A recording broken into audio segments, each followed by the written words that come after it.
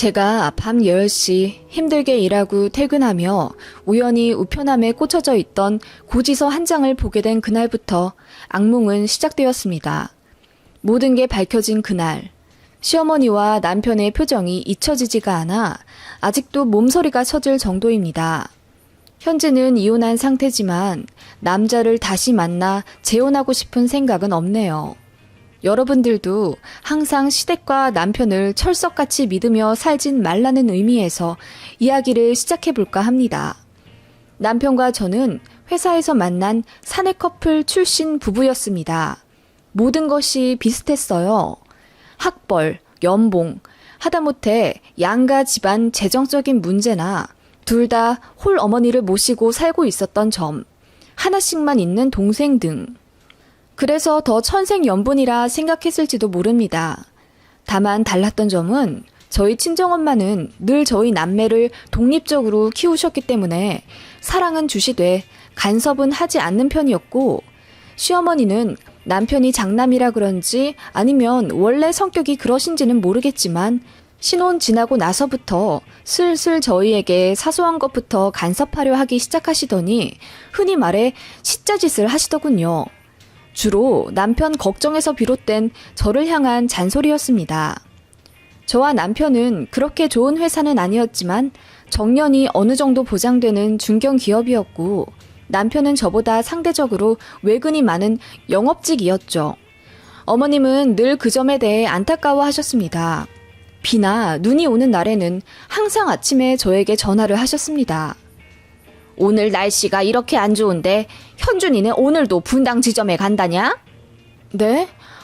오늘 분당인지 서대문인지 저도 헷갈려서 잘 모르겠는데요. 어머님, 현준 씨 업무 스케줄도 다 깨고 계세요? 넌 와이프가 돼서는 지 남편이 오늘 어디로 외근 나가는지도 모른단 말이냐? 네? 저도 일하느라 바쁘고 정신 없으니까요. 남편 오늘 일정까지 제가 어떻게 다 아나요? 너는 사무실에서 편하게 앉아서 일하는데 남편 좀 잘 챙겨. 오늘 비 오니까 따뜻하게 좀 입히고 보내고. 우산은 여분으로 보조석에 하나, 트렁크에 하나 이렇게 실어놔라. 우리 아들이 우산 자꾸 잃어버리니까. 그 말은 결혼하고 나서 거의 10번째 듣는 것 같아서 듣자마자 한숨이 나오더라고요. 그렇게 머리 말리다가 별안간 시어머니의 전화 습격을 받자면 스트레스 때문에 두통이 올 지경이었어요. 어머님은 남편에겐 전화 안 하시고 꼭 챙길 일 있으면 사소한 거라도 저한테 말씀하셨습니다. 당연히 남편과도 자주 다투게 되었었죠.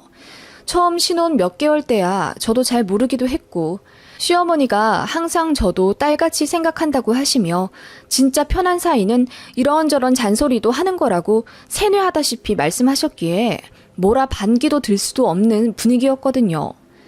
그러다가 제가 생리통으로 쓰러져 반일 휴가를 내고 오후에 누워있는데 시어머니가 전화를 하셔서는 얘, 너 집에 있다면서? 우리 아들 오늘 퇴근하면 몸보신 좀 하게 삼계탕 좀 푹 끓여놔라. 너희는 왜 복날을 안 챙기니? 요즘 젊은 사람들은 왜 그러나 몰라. 어머님, 저 지금 몸이 너무 안 좋아서. 몸이 안 좋아도 할 건 해야지. 우리 아들은 오늘 바람 많이 부는데도 외근 나가 열심히 일하고 있는데 너는 그 배 좀 아프다고 쪼르르 휴가 내서 집에 누워있다니? 우리 아들도 아파. 기관지 약한데 지금 밖에 나가 있다고. 어머님, 진짜 왜 그러세요? 제가 뭐 똥마려운 수준으로 배 아파서 휴가 낸 줄 아세요? 저도 갑자기 열이 확 받아서 어머님께 싸붙였더니 어머님이 더 버럭 소리를 지르시며 뭐? 그러게 결혼 전에 미리미리 건강검진 좀 받아서 자궁 건강을 챙겼어야지. 네 몸 네가 못 챙긴 걸 왜 우리 아들한테까지 피해를 주고 그러는 건데? 네? 어머님, 그러면 현준 씨는 왜 결혼 전에 기관지 건강 안 챙기고 장가 보내셨어요? 너무 하시잖아요. 제가 쏘아붙이듯 말하며 홧김에 울부짖자 아무 말씀 안 하시더라고요. 그때 제가 서러운 거 다 말했죠. 신혼이라 참았는데 어머님이 자꾸 간섭하시고 아들 하시는 거 너무 스트레스 받는다고. 그래서 자꾸 남편이랑 다투게 된다고 했더니 그제서야 말을 얼머무리시며 이제 안 그러겠다는 식으로 말씀하시더라고요. 그 일을 계기로 어머님이 좀 잠잠해지셨던 거죠. 그래도 크고 작게 제 심기를 건드리시는 부분은 있었지만 저도 한 귀로 듣고 흘리는 성격이고 크게 담아두진 않는 편이라 괜찮았어요. 저는 사실 부업을 하고 있었어요. 회사 생활하면서 따로 사업자는 내지 않았지만 창업하는 친구를 조금씩 돕다가 일이 잘 되어서 저도 알바 수준으로 돈을 받으면서 저녁마다 친구 일을 봐주고 있었죠. 여기서 밝혀도 될진 모르겠는데 한식의 한 종류인 음식을 판매하는 일이었어요. 그런데 친구가 건강상의 문제로 관둬야겠다고 하더라고요. 저는 그 사업이 그냥 이대로 접히기엔 너무 아깝다는 생각이 들었어요. 이제 슬슬 입질도 오고 저도 같이 일 도와가며 지켜보느라 나름 노하우도 생기고 전문적인 지식도 쌓였거든요.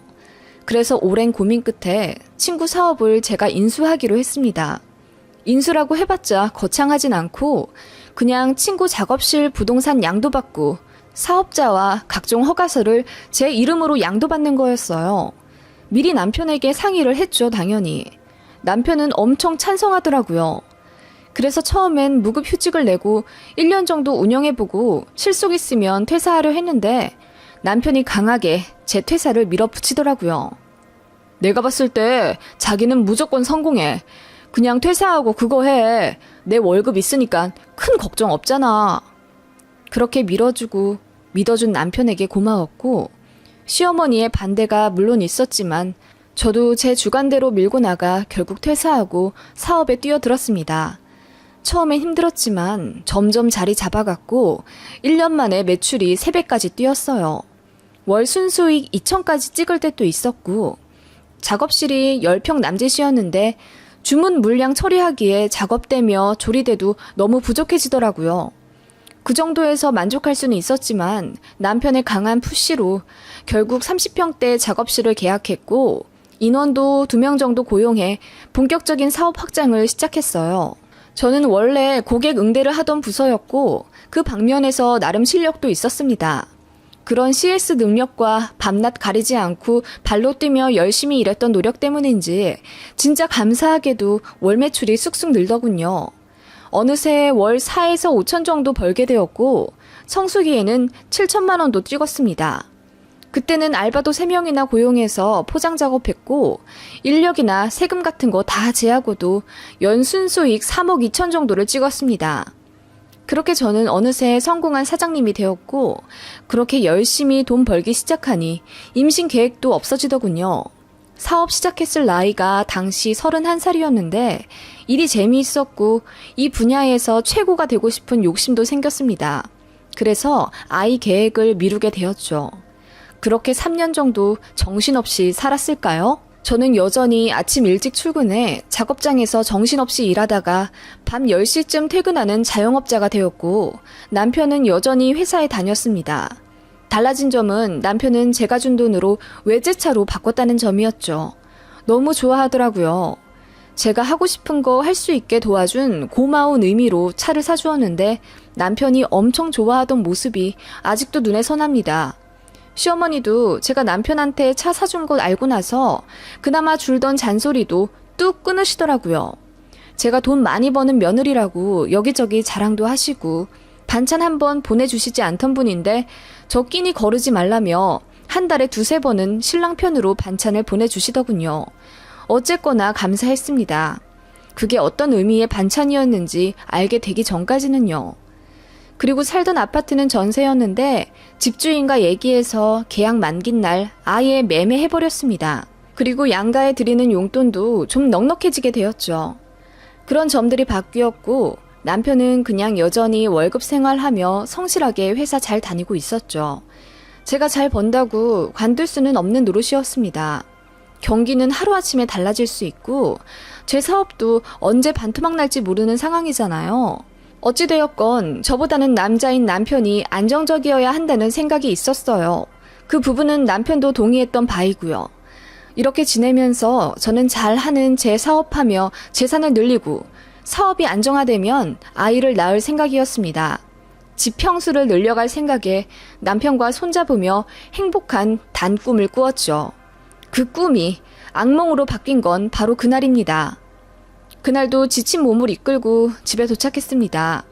원래 우편함을 잘 보지 않는 성격인데 그날따라 삐죽이 나온 우편 봉투가 눈에 거슬리더군요.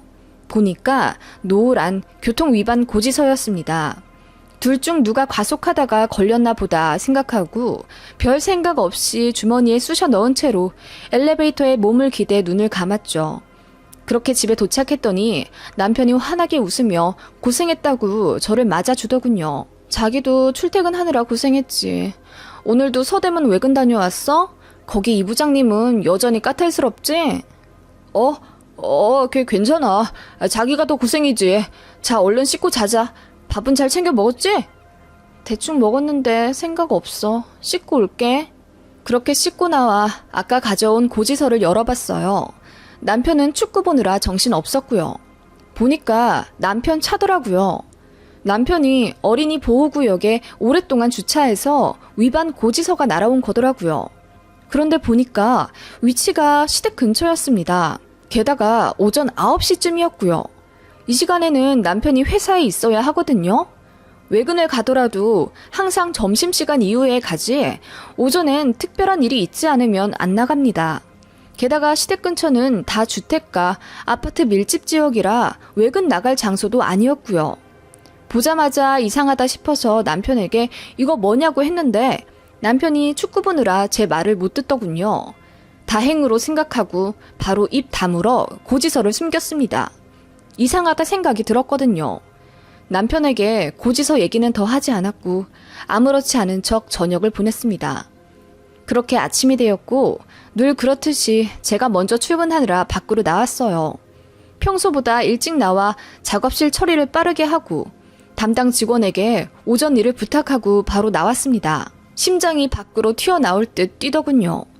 그렇게 차를 몰고 그 고지서에 적힌 주소를 내비에 찍어 찾아갔어요. 역시나 시댁 근처 편의점 앞이었고요. 이상하다 생각이 들어 시댁 아파트로 갔습니다. 차는 멀리 대고 걸어서 갔어요. 차량 출입하려면 어머님한테 세대 호출해야 하는데 어머님 모르시게 가고 싶었거든요. 그렇게 조용히 시댁 문 앞까지 갔습니다. 문에 귀를 대보니 조용한 것 같더라고요. 그때 엘리베이터가 시댁층에 도착하는 소리가 들리길래 후다닥 계단으로 피해 숨었습니다. 어머님이 장을 잔뜩 보시고 집에 들어가시더라고요. 그런데 문이 열린 틈을 타 충격적인 장면을 목격하게 됩니다. 남편이 팬티바람으로 나와 어머님의 장바구니를 받아드는 게 그 찰나에 보였습니다. 순간 저는 정신이 멍해서 이게 뭐지? 하는 심정이었고 사태를 파악하느라 머리가 터질 것 같았어요. 그래서 문이 닫히고 저는 헛웃음 쳤어요. 그리고 남편에게 전화를 하니 시댁 현관 안쪽에서 남편의 벨소리가 들리더군요. 그러더니 남편과 어머님의 희미한 목소리로 엄마, 와이프한테 전화 왔어. 이 시간에 원래 전화 안 오는데 왜 전화했지? 받지 말고 바빴다고 해. 이런 대화 소리가 들렸고요. 순간 열받아서 바로 시댁 문을 부서져라 두들겨 댔습니다. 소리를 지르며 문 열어! 나오라고! 그랬더니 그제야 화들짝 문을 여는 시어머님과 남편의 당황해 벙찐 얼굴이 보였습니다. 제가 쳐들어가자 시어머니가 놀라시며 이 시간에 무슨 일이냐고 물으셨고 저는 그러게요? 이 시간에 이 사람이 왜 여기 있나요? 회사 가 있어야 하는 시간인데 당신 지금 여기서 뭐해? 팬티바람으로? 여기로 외근 나왔어? 그랬더니 남편이 아무 말 못하다가 갑자기 소리를 지르며 뭐야? 당신 나 미행했어? 내가 여기 온 거 어떻게 알았어? 당신 의부증이야? 이러더라고요. 너무 어이가 없어서 그게 뭔 소리냐고 소리를 질렀더니 잠자코 계시던 어머님이 더 크게 소리를 지르며 오늘 하루만 휴가 내라고 했다. 아들 힘들어 보여서 감기 기운 있는데 계속 회사 나가는 것 같길래 오늘 하루 쉬고 우리 집 오라고 했다. 소고기 좀 먹여서 보내려고. 안 그래도 너한테 연락하라고 하려고 했고 넌 뭐가 그리 성질이 급해서 대뜸 화부터 내고 그러니? 전후 사정 알아볼 생각을 안 하고 어디 감히 시댁에 쳐들어와서 소리를 지르고 행패야? 네? 오늘 하루만 휴가를 냈다고요? 그래, 낼 수도 있지. 너 돈 많이 번다고 내가 그동안 아무 말 안 하고 있었던 거 알지? 너 고생하는 거 알아서 다른 말 안 했다만 그 사이에 우리 아들은 피골이 상접해서 가장 대접도 못 받고 저렇게 고생만 하고 있잖니. 내가 너더러 우리 아들 챙기란 잔소리 했어? 그래서 내가 데리고 왔다. 그게 뭐 그렇게 잘못했다니? 당신 오늘 하루만 휴가 내고 여기 온 거 맞아? 제가 남편을 쏘아보며 물었더니 남편이 말을 더듬으며 그렇다고 하더라고요. 정말 오늘이 처음이지? 거짓말하면 당신 국물도 없어. 잘 대답해. 어머님 말씀대로 오늘 하루만 휴가 내고 여기 온 게 맞으면 나 없던 일로 하고 사과도 할게. 대답해봐. 그랬더니 어머님이 나서시며 그래, 오늘이 처음이다. 너 당장 사과해. 이러시더라고요. 그래서 제가 주머니에 꼬깃꼬깃 접혀져 있던 고지서를 어머님 얼굴에 들이밀었습니다. 그랬더니 어머님이 이게 뭐냐 하시더니 이내 파악하고 얼굴이 파리해지시더군요. 오늘 하루만이 아니잖아요. 사과를 하라고요? 어쩜 그리 뻔뻔하세요? 당신 진짜 제대로 말 안 해? 제가 너무 열받아서 소리를 지르며 남편 멱살을 잡고 밀었더니 어머님이 급하게 막으시며 이러시더군요. 우리 아들 너무 고생해서 내가 좀 오라고 그랬다. 집에서 맨날 점심도 안 챙겨 먹고 라면이나 먹는 게 딱해서. 그래서 하루에 한 끼는 우리 집에서 좀 먹으라고 한 거야. 네? 이 사람이 집에서 밥을 왜 먹어요? 점심은 회사에서 먹죠. 제가 의아한 듯 묻자 어머님과 남편이 얼굴이 창백해져선 아무 말도 못하더라고요. 그 순간 저는 깨달았습니다. 이 사람 나한테 단단히 숨기고 있는 게 있구나. 그리고 회사 안 가는구나. 그제야 알게 된 거예요. 남편이 회사 관둔 걸 제가 알 수가 없었죠. 너무 바빴기도 했고 남편이 설마 회사를 몰래 관두고 얘기도 안 하고 있을 거라는 사실은 상상도 하지 못한 부분이거든요. 당신 회사 관뒀어? 제가 물으니 어머님이 우물쭈물 하시며 그래, 현준이는 계속 회사 다닌다고 했다. 얘는 잘못이 없어. 그러니까 화를 내더라도 나한테 내든가 해라. 그런데 그게 그렇게 화낼 일인지는 난 잘 모르겠다. 여자가 잘 버는데 굳이 남자가 일을 나가야겠냐? 넌 사장 소리 들으며 밑에 사람도 쓰면서 편하게 일하잖냐. 어머님, 그놈의 편하게 일한다는 소리 좀 그만하세요. 누가 편하게 일해요? 저는 회사 다닐 때도 편하게 일하지 않았고 지금도 죽을 똥 살 똥 힘들게 돈 벌며 주말도 없이 일하고 있는데 누가 대체 편하다는 거예요? 우리 아들은 사람 비위 맞춰가며 힘들게 운전하고 일하는데 너랑 어디 비교가 된다니?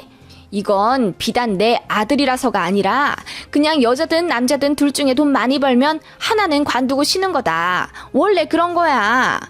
어머님, 그러니까 어머님이 이 사람 회사 관두라고 종용하셨다는 거죠? 종용이라니? 너 참 말 이상하게 한다. 그냥 잠깐 쉬라고 한 거야. 아니, 자식 가진 어미 입장에서 그럴 수도 있지. 계속 잘못 없다 우겨대는 시어머니와 그 옆에서 바보같이 한마디도 못하고 입 꾹 다물고 있는 남편을 보니 복장이 터지겠더라고요. 당신 이렇게 엄마 말 듣고 살 거면 뭐하러 나랑 결혼했어? 그냥 집에서 엄마 밥이나 평생 먹으면서 살지. 왜 나랑 결혼해서 배우자 뒤통수 때리고 신뢰까지 저버리며 이러고 있냐고. 어? 그게 아니 당신 돈 많이 버는 거 회사 사람들도 다 아는데 나보고 자꾸 셔터맨 하라고 부추기잖아.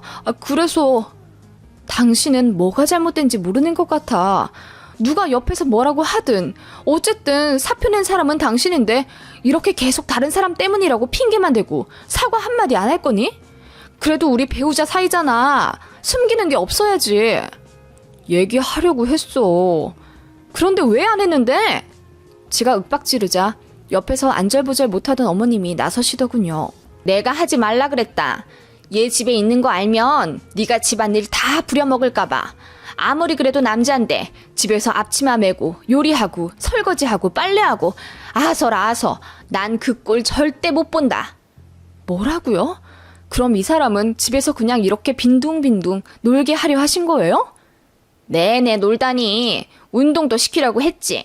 관둔 지 이제 겨우 3달 되었는데 좀만 더 쉬고. 3달이요? 3달 전에 관둔 거였다고요? 그랬어요. 남편은 연말정산 하자마자 모든 세금 서류 처리 다 하고 사표 낸 거였죠. 연말에 이것저것 처리하다 보면 본인이 회사 관둔 거 알게 되니 아주 치밀하게 시기 계획한 거였어요. 저 사업 잘 되기 시작하면서 어머님이 계속 남편한테 회사 간두라고 꼬셨다네요. 와이프가 이렇게 돈 잘 버는데 쥐꼬리만한 월급 받아봤자 뭐 있냐 하시며 그냥 집에서 쉬고 편하게 살으라고. 그러시면서 어머님이 저한테 반찬 보내주시며 저 힘내서 일하라고 응원해 주셨던 건가 봐요. 생전 챙겨주시지도 않던 분이요. 남편은 주변 사람들과 어머님 말만 듣고 홀라당 관둔 채 집에서 놀고 먹고 편하게 살면서 3개월 동안 저에게 연기했던 거고요. 그러면서 회사에 힘들었던 것 마냥 설거지도 안 하고 빈둥댔던 거예요. 아니, 퇴사를 할 수는 있습니다. 그렇다면 적어도 저랑 상의는 반드시 해야 했고, 그리고 가사일 분담도 딱딱 정해놔야 그게 부부죠. 어떻게 한 사람만 뼈 빠지게 일하고 한 사람만 그 돈 펑펑 쓰며 하루 종일 쉬고 놀 수 있나요? 남자랑 여자랑 바뀐 입장이어도 당연히 욕먹지 않나요? 전업주부도 아이는 키우고 아이를 키우지 않더라도 집안일을 합니다. 그런데 어머님 입장에 따르면 남편은 남자니까 아무것도 하지 말아야 한답니다. 그게 말이 되나요? 그렇게 미친 듯이 언성이 오갔고 저희 친정엄마도 알게 되셔서 시어머니께 찾아와 대판 싸웠습니다. 남편은 끝까지 고집 부리며 미안하단 소리 안 했고요. 그 꼴 보니 더 열받아 이혼하자고 했습니다. 사실상 신뢰도 모두 사라졌거든요. 이렇게 사람을 감쪽같이 속이는 재주가 있는 인간을 어떻게 제가 수십 년 함께 하나요? 이혼하자고 했더니 그제야 빌면서 한 번만 봐달라고 울고불고, 어머님도 사건 심각해지자 그제야 울고불고 다 본인 때문이라며 아들은 잘못 없다고 저더러 한 번만 봐달라네요. 이제 회사도 간두고 백수인데 어떻게 책임도 안 지고 이혼하려 하냐며 제 바짓가랑이 붙잡고 엉엉 우시더군요. 다 너무 질리고 정 떨어져서 그대로 변호사 선임해서 소송했습니다. 그렇게 진흙탕 싸움을 몇 개월 했고 결국 재산 분할 적절히 해서 갈라섰어요. 남편은 그 이후로 바로 취직하긴 했는데 이전보다 훨씬 연봉 적고 대우 안 좋은 데로 겨우 들어갔더군요. 결과적으로 더 힘든 직장을 다니게 된 거죠. 그 이후로 저는 그냥 혼자 살고 있습니다. 살던 아파트는 갈라서면서 정리했고 저는 작업장 근처 오피스텔에 살면서 그냥 맘 편히 편하게 지내고 있어요. 전 남편은 계속 후회한다면서 미안하다고 연락 오더라고요. 그때마다 쌍욕하면서 차단해도 번호 바꿔가면서까지 연락해서 더 질립니다. 스토커로 신고할까 생각 중이에요. 진짜 아무리 생각해도 황당합니다. 그렇게 끼고 살 거면 결혼을 시키지나 말지. 왜 아들이 독립된 가정의 한 가장이라는 걸 인정하지 못하시는 걸까요? 이해가 안 갑니다.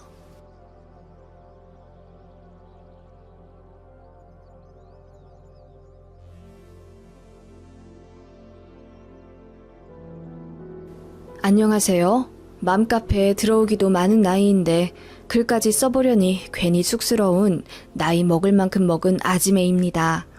이곳 게시판을 보니 시노이보다 동서 때문에 속상해하는 이야기들이 많군요. 나도 손윗동서 이야기라면 할 말이 참 많아요. 얼마나 극악무도한지 듣는 사람마다 혀를 차며 놀라워했던 아주버님네, 그리고 잊지 못할 우리 아버님 얘기를 시작해 볼게요. 남편에겐 나이차 많이 나는 형이 있습니다. 하지만 두 부부가 사업하느라 바빠서 시부모님께는 원래 별 관심이 없었고 저희만 왕래하는 편이었죠. 결혼한 지 7년 정도 되었을까? 어머님 갑자기 소천하시고 홀로 계신 아버님이 걱정되어 가끔은 남편 없이도 아이들만 데리고 고속버스를 타서 시댁에 가 아버님을 뵙곤 했습니다. 아버님은 제가 힘드니 오지 마시라 하셨지만 그래도 내내 조용하던 집이 아이들의 웃음소리와 저의 달그락거리는 부엌 소음 때문에 기분이 좋아 보이셨어요.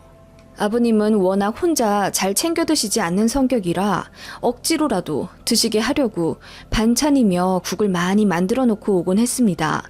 그것은 절대로 남편이나 아버님의 강요가 아닌 오롯이 제 의지였습니다. 홀로 계신 시아버지를 이렇게 극진히 모실 수 있었던 건 저를 정말 딸처럼 여겨주셨던 지난 날에 대한 감사함 때문입니다. 제가 남편과 결혼한다고 했을 때 시어머니가 참 많이 반대하셨습니다. 저희 집이 한부모 가정이라는 이유였어요. 아빠가 일찍 돌아가시고 엄마 혼자 생계 책임지며 저희 세남매를 키워주셨거든요. 상대적으로 시댁은 부유한 편입니다. 아버님은 IMF 때 위기를 기회로 삼아보자 하여 새로 시작한 사업이 대박나 평생 벌어도 모자라지 않을 만큼 돈을 버셨습니다. 그런 집안 분위기인데 둘째 아들이 결혼하겠다며 데려온 여자가 별 볼 일 없어 보이니 어머님 입장에선 눈에 차진 않으셨겠죠. 이해합니다. 솔직히 말하면 대놓고 구박도 하시고 친정이 가난하면 시집살이 당연히 받아야 한다는 마인드이셨기 때문에 많이 힘들었습니다. 그런 시어머니를 말리시고 제 편을 들어주시던 분이 바로 시아버지였어요. 그만 좀 하시오. 돈이야 있다가도 없고 없다가도 있는 법인데 우리 둘째 며느리 인성은 돈으로 살 수도 없을 만큼 훌륭하잖소. 아버지 일찍 여인게 며느리 잘못이오. 그래도 어려운 환경에 이렇게나 잘 키워서 사회에 내보낸 사부인이 대단한 거요. 마음보 좀 곱게 먹읍시다.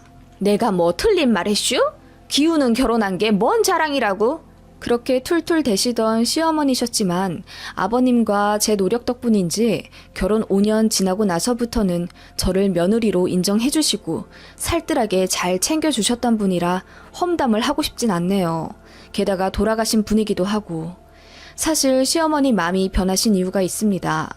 바로 손윗동서인 형님네가 사고를 치며 시부모님 속을 앵간히도 썩히셨거든요. 아주버님은 시아버지 따라 사업한다고 잘 다니던 공기업 관두고 포장 사업에 뛰어드셨습니다.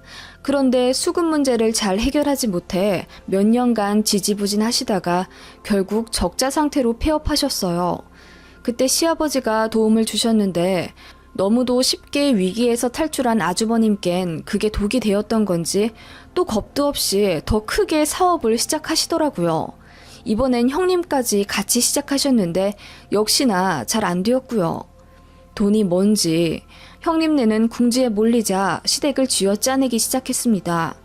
아주버님이 새벽 2시에 시댁에 찾아와 당장 3천만 원이 필요한데 대출을 하도 많이 받아 돈 나올 구멍도 없고 사람들한테 하도 많이 빚을 져 빌릴 사람도 없다며 울고불고 난리쳐서 아버님이 1,000만 원 더 얹어서 4천만 원을 그냥 주셨대요.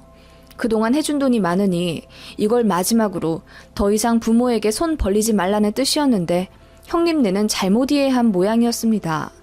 툭하면 찾아와 1,000만 원, 2천만 원을 빌려달라 울상이고 급기야 나중에는 빠듯하게 살아가는 저희한테까지 손을 벌리기 시작했습니다. 그러다 충격적인 사실을 알게 되어 시어머니가 뒷목을 잡고 쓰러지셨죠. 돈 없다 노래를 부르던 형님네가 어느 틈에 서울에 그것도 한강뷰 32평짜리 아파트를 자가로 떡하니 매매해 놨더군요. 자기들 살 길을 다 알아서 해놓곤 그렇게 시부모님 노후 준비 돈까지 빼내가며 쥐어짜냈던 것입니다. 그 사실 알고 시어머님은 형님네와 절연하겠다고 선언하셨는데 그때 스트레스를 너무 많이 받으셔서 앓고 계시던 당뇨가 너무 심해지셔서 합병증으로 2년 만에 주무시다 돌아가셨어요. 주무시다 돌아가신 건 다행이지만 돌아가시기 직전 한 달 정도는 눈도 거의 실명하셔선 저랑 아버님이 겨우겨우 거동을 도와드리곤 했습니다. 아무튼 그런 상태였고 아버님도 큰 아들네에게 너무 실망해서 자식은 저희만 있는 셈 치기로 하셨어요. 그렇게 저는 홀로 계신 아버님을 챙기며 산지 어느덧 몇십 년이 되었고 저희 아이들도 꼬꼬마에서 어느덧 다들 대학생이 되어 장성했습니다. 시간은 그렇게 아이들은 크고 어른들은 늙어가게 만들더군요. 정정하던 저희 시아버지가 중풍으로 쓰러지셨습니다. 대학병원에 모시고 가니 이미 왼팔과 왼쪽 다리는 쓸 수 없는 상태라고 하시더군요. 남편과 제가 아버님 손 한 짝씩 나누어 잡은 채 엉엉 우는데 정작 아버님은 다 굳어져 어색한 인매로 미소를 띠시더군요. 그렇게 아버님을 저희 집에 모시게 되었습니다. 저한테 미안해서 절대로 같이 살고 싶지 않다며 요양원에 가겠다고 고집 부리시는 걸 우리 아이들이 설득해서 집으로 모셨어요. 참 착한 애들입니다. 방이 하나 모자랐는데 아이 중 하나가 이게 웬 떡이냐 하며 학교 근처 원룸으로 독립하더군요. 할아버지, 나 할아버지 덕분에 따로 나가서 살아. 고마워. 이제 맨날 밤 늦게까지 게임해야지. 아싸. 해맑게 웃으며 철없이 말하는 큰아들 놈의 속내는 아마도 할아버지 마음속에 있는 미안함과 부담감을 조금이라도 덜어드리려 한 배려였겠죠. 그렇게 밤새도록 게임하겠다던 큰아들은 게임은커녕 늦게까지 알바하고 공부하며 제 앞가림 찾아가더군요. 아무튼 그렇게 중풍으로 쓰러진 시아버님을 집에 모셔 간호하게 되었습니다. 어렵지 않았다면 거짓말이겠죠.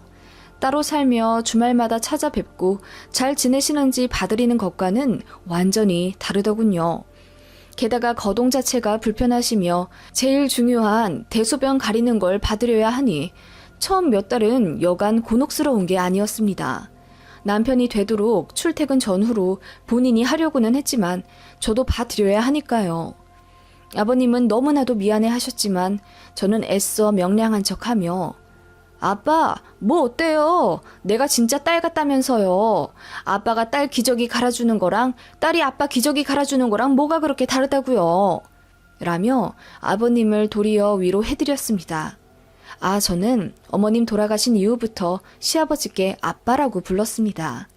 그렇게 식단도 아버님 위주로 맞추고 틈틈이 재활운동과 매일 산책까지 제가 도맡아 극진히 간호해드리니 기적은 있는 건지 아버님 어눌하시던 말투도 돌아오시고 점점 손과 다리에 힘이 들어가시더군요. 대학병원에서도 이 정도면 몇 없는 확률이라 하시며 놀라워 하시더라고요. 제가 말했죠. 아빠, 다 제 덕분인 거 아시죠? 내가 보기 드문 효녀라 그래. 그게 무슨 소리야. 빨리 내 집에 가고 싶어서 내가 열심히 운동한 덕분이지. 저희는 그렇게 웃으면서 서로의 손을 잡으며 농담했지만 흘러나오는 눈물은 막을 길이 없더라고요. 그렇게 대학병원 로비에서 한참 울고 웃었던 기억이 나네요. 그런데 행복도 잠시 점차 회복하시던 아버님의 간 수치가 심상치 않더니 급기야 급성 간경화로 진행되고 말았습니다. 그렇게 점점 심각해지시며 식사도 잘 못하시더니 어느새 약으로는 치료가 힘든 수준까지 오게 되셨습니다. 수술로도 당연히 회복을 기대할 수 없는 수준이 되었고요. 그렇게 저희 집에서 모신 지 9년째 되던 해 아버님은 병원에 입원해서 고생하셨는데 담당 교수가 결국 호스피스로 전원을 권하시더군요. 예전 같으면 저한테 미안해서 가겠다고 하실 양반인데 아버님이 웬일로 안 가겠다 하시더라고요. 연주야, 조금만 더 고생해 줄 수 있느냐? 내가 죽을 때가 다 돼서 그런지 아님 노망이 났는지 이젠 니들이랑 떨어지기가 싫어서 그래. 아빠, 무슨 그런 말씀을 하세요. 당연한 거죠. 집에 가요. 아버님은 무슨 직감이라도 받으셨는지 저희와 한시도 떨어져 있기 싫다며 저희 집에 간다고 하시더군요. 그렇게 다시 저희 집에 모셨고 마침 남편도 정년 퇴직하여 남편과 같이 병간호를 했어요. 아버님은 속이 거북해 매일 6번에서 7번은 토하셨고 기력이 모두 쇠진해 어느 날은 말 한마디 못하신 적도 있습니다. 얼굴은 점점 까맣게 변해가시고 손도 덜덜 떠시고 그 모습에 저는 눈물 마를 날이 없었죠. 그런데 갑자기 아주머님네가 찾아오시더라고요. 연락도 없이 갑자기 말입니다. 누군가 초인종을 눌러 인터폰을 보니 아주버님네였습니다. 놀라서 왜 오셨냐 하니 문이나 열으라고 쾅쾅 대더군요. 그렇게 문을 열었더니 갑자기 울고불고 쳐들어와 아버님, 괜찮으세요? 아버지, 우리 아버지 어떡해. 인천 당숙 어르신께 이제야 들었어. 아버지 위독하시다고. 하며 아버님 손을 잡고 울기 시작하더군요. 떨떠름한 아버님과는 다르게 두 형님네 부부는 아파트가 떠나가라 울부짖더군요. 한참을 울던 형님이 갑자기 저를 돌아보며 째려보더니 동서, 아버님 병간호를 어떻게 해드렸길래 이 지경이 되셔. 아버님 연세가 많으시다곤 해도 이 나이에 벌써 이렇게 몸 상태가 안 좋아지실 리가 없는데 밥은 제대로 해드린 거야? 하더라고요. 그 말을 듣고 머리가 띵해지며 입이 붙어버린 듯 아무 말 못하겠더라고요. 당시 제 편 들어줄 남편은 잠시 외출해 있고 아버님도 뭐라 소리는 치셨지만 형님네의 고성 때문에 결국 저만 공격받는 상황이 되었습니다. 그렇게 두 부부는 제 탓을 하기 시작했어요. 제가 시아버지를 제대로 못 모셨다는 겁니다.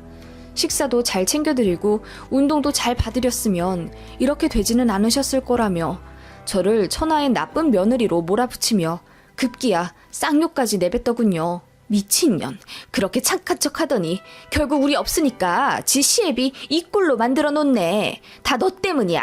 망을년, 위선자. 그 말에 정신이 돌아와 저도 울부짖기 시작했죠. 갑자기 찾아와 이게 무슨 망언이에요. 내가 아버님을 얼마나 우리 아빠처럼 열심히 모셨는데요. 재수씨, 아버지 있어 본 적도 없으면서 무슨 아빠처럼 모셨다고 거짓말을 하는 거야? 딸 노릇, 자식 노릇도 해본 사람이 아는 거지. 애초에 아버지도 없이 살아온 주제에. 피식 웃으며 아주버님이 절 비웃는데 바보같이 그 말에 제 마음이 무너져 내렸습니다. 그렇게 갑자기 찾아온 형님네 부부는 결국 본론을 말하더군요. 이제 우리가 아버님 모셔. 그렇게 알고 있어. 뭐라고요? 아버님을 모신다고요? 어디서 이제야 나타나선 아버님 모시겠다고 행패를 부리는 거예요.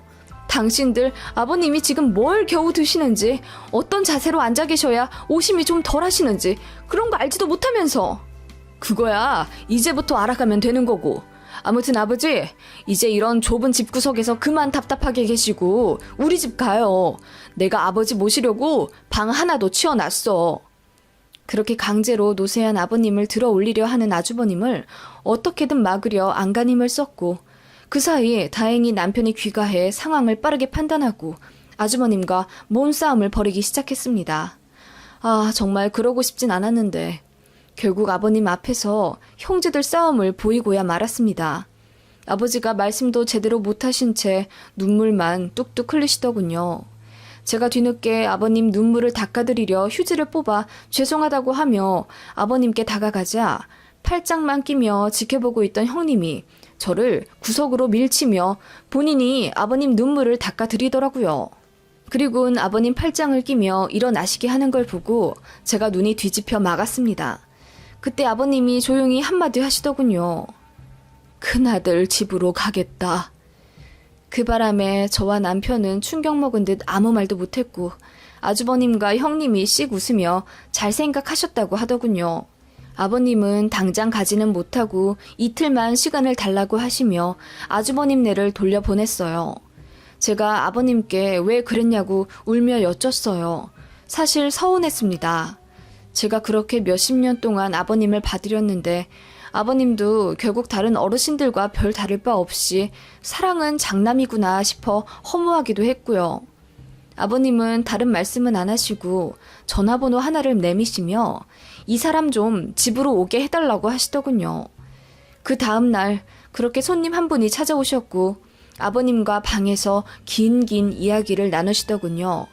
손님이 가시고 나서 왔다 가신 분이 누구냐고 여쭤보니 그냥 먼 친척이라고 말을 아끼시길래 더 묻진 않았습니다. 그리고 아버님은 간단하게 짐을 챙기신 채 큰아들 내에 가겠다며 데려다 달라고 하시더군요. 저희는 가지 말라고 애원했지만 아버님은 의지가 굳건하셨어요. 어쩔 수 없이 아버님 약과 호흡에 치료한 의료기기들 그리고 쓰시던 장비를 챙겨서 형님네로 향했습니다. 형님 주소를 내비에 쳐 이윽고 당도하니 그곳은 매매가 30억이 넘는 아파트 대단지더군요. 형님 말로는 시부모님과 절연한 이후 사업이 급속도로 잘 되어 돈을 많이 벌었다고 하더군요. 아무튼 그렇게 아버님을 형님네에 모셔다 드리고 형님에게 아버님 관한 중요 사항들과 봐드려야 하는 매뉴얼들을 자세히 전달해드렸어요. 인수인계라고 해야 할지. 솔직히 형님네가 좋은 사람들이 아닌데 걱정이 안 될 리가 없잖아요. 아버님 여기다 맡기기는 죽어도 싫은데 아버님 고집이 상당하셔서 어쩔 수가 없었습니다. 아무튼 그렇게 마무리하고 아버님께도 고개 숙여 인사드리며 돌아서려는 찰나 아버님이 제 손을 잡으며 눈을 지그시 바라보시더라고요. 꼭 봄을 보듯이 저를 한참을 들여다보시더니 손을 토닥토닥 감싸 안으시며 그동안 고생 많았다. 너도 많이 늙었구나. 이제라도 편하게 살아라. 내가 원하는 건 이제 그것뿐이다. 하시더라고요. 언제는 저희랑 떨어지기 싫다고 호스피스도 안 가시겠다 하더니 이제는 큰아들네한테 가신다 해서 마음이 조금은 섭섭했는데 그렇게 말씀하시니 억장이 무너지더군요. 그렇게 펑펑 울며 집으로 돌아왔고 아버님이 걱정되어 아주버님과 형님네한테 전화를 하니 잘 계신다고만 하더라고요. 그렇게 아버님을 형님네로 모셔다 드린 지 2달 좀 되었을까? 오전에 갑자기 전화가 와서 받으니 형님이었습니다. 동서, 여기 아산병원 응급실이야. 아버님이 숨을 잘 못 쉬셔서 급하게 왔어. 아버님이 동서 찾으신다. 빨리 와. 그 말에 남편과 미친 사람처럼 택시를 잡아타고 병원으로 갔습니다. 아버님은 그 사이 산소 포화도가 급격히 안 좋아져 중환자실로 옮겨가셨더군요. 의사 얘기 들어보니 몇 주 전에도 한번 병원에 실려 오셨나 봐요. 그때도 이미 복수가 많이 차 있는 상황이라 기도 호흡과 물 섭취조차도 힘드셨는데 아버님이 죽어도 입원 안 하시겠다고 했나 봐요. 형님이 저한테 연락해보겠다고 했는데도 절대 그러지 마시라고 하셨답니다. 무조건 잘 지낸다고만 말하라 하셨다면서 자기가 거짓말한다고 생각할까봐 증거도 남겨놨다며 저한테 보여주더라고요.